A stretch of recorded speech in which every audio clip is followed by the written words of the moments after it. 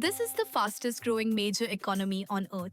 And yet, the deeper you look, the less it behaves like one country. This is the economy of India.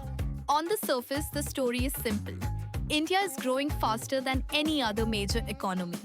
But beneath that headline sit three uncomfortable truths: a falling global rank, enormous gaps between regions, and corruption baked deep into daily life. To understand modern India, hold two ideas at once: the skipped ladder and the many Indias. First, the macro picture: growth versus rank. In 2026, India is expected to grow around 6.5%, far ahead of China, the United States, Germany, or Japan. And yet, its global ranking went the other way. The International Monetary Fund now places India's economy at number 6 in the world, behind Japan and the United Kingdom. How does the fastest growing economy fall in the rankings? Two reasons.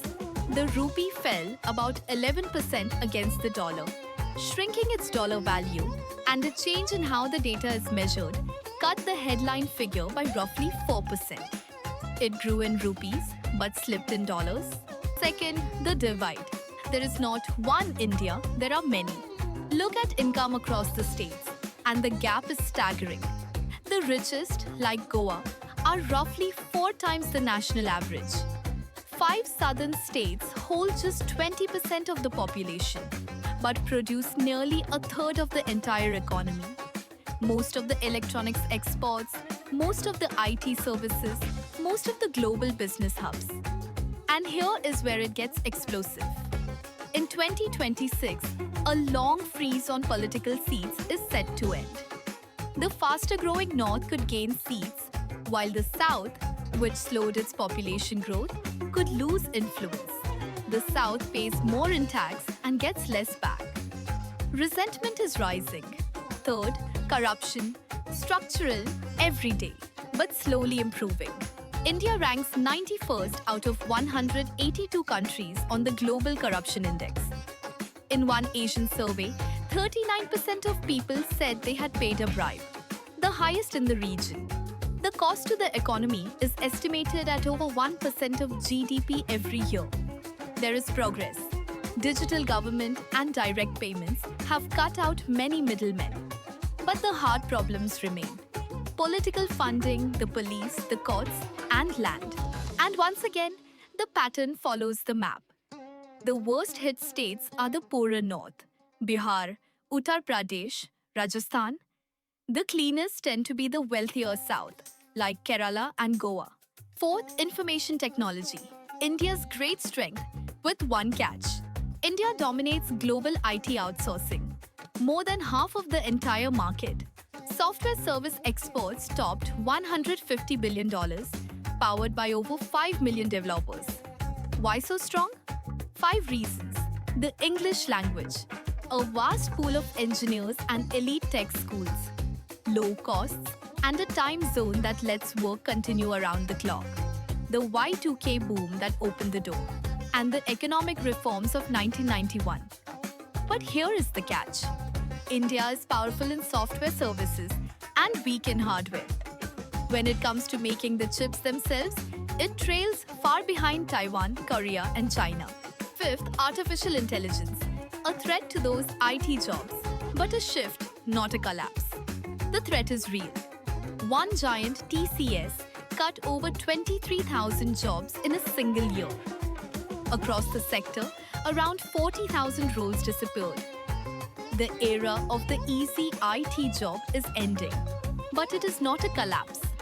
Across the whole industry, headcount actually rose by 140,000 to nearly 6 million. The cuts hit routine work. The growth came in AI and cloud, and the big firms are still hiring fresh graduates by the tens of thousands. This is a transformation, not an extinction. Sixth, manufacturing, the light and the shadow. The plan was called Make in India. The goal, lift manufacturing from 17% of the economy to 25%. A decade later, it is still stuck at 17%. Economists call it premature deindustrialization, losing factory momentum before the country is even rich. There is one bright spot, the Apple iPhone. Over $50 billion in exports, and 1 in 5 iPhones is now made in India. But critics, including a former central bank chief, have a sharp reply. This is assemble in India, not make in India. The expensive parts are still imported. India just puts them together. 7. Startups, the world's third largest ecosystem, and a bubble debate. India is home to over 100 unicorns, the third largest startup ecosystem on earth, after the United States and China. In a country that had almost none 15 years ago, that is remarkable. But there is a trap in that number. A high valuation is not the same as real value, and many of these companies never proved they could make money. Then came the funding winter of 2022 and 2023, when investment fell about 60%. It was painful, but it forced a cleanup.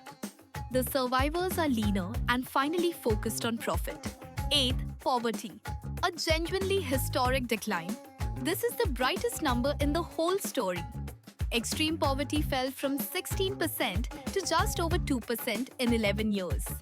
That is roughly 170 million people lifted out of extreme poverty. What drove it? Years of strong growth and a huge expansion of welfare. Bank accounts, digital identity, and mobile phones working together to send aid directly to people, cutting out the leakage.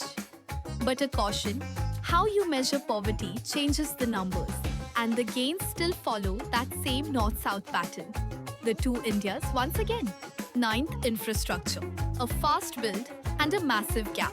The pace of building is extraordinary. India lays down nearly 34 kilometers of highway every single day.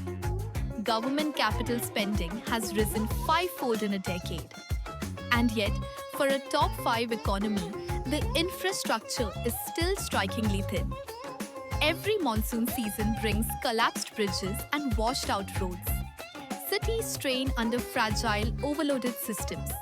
The financing gap alone is worth more than 5% of the entire economy.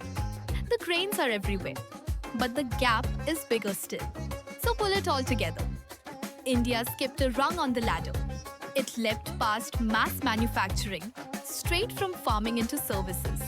That gave it the IT boom, now shaken by AI, a manufacturing sector that never grew up, and a young startup scene still maturing.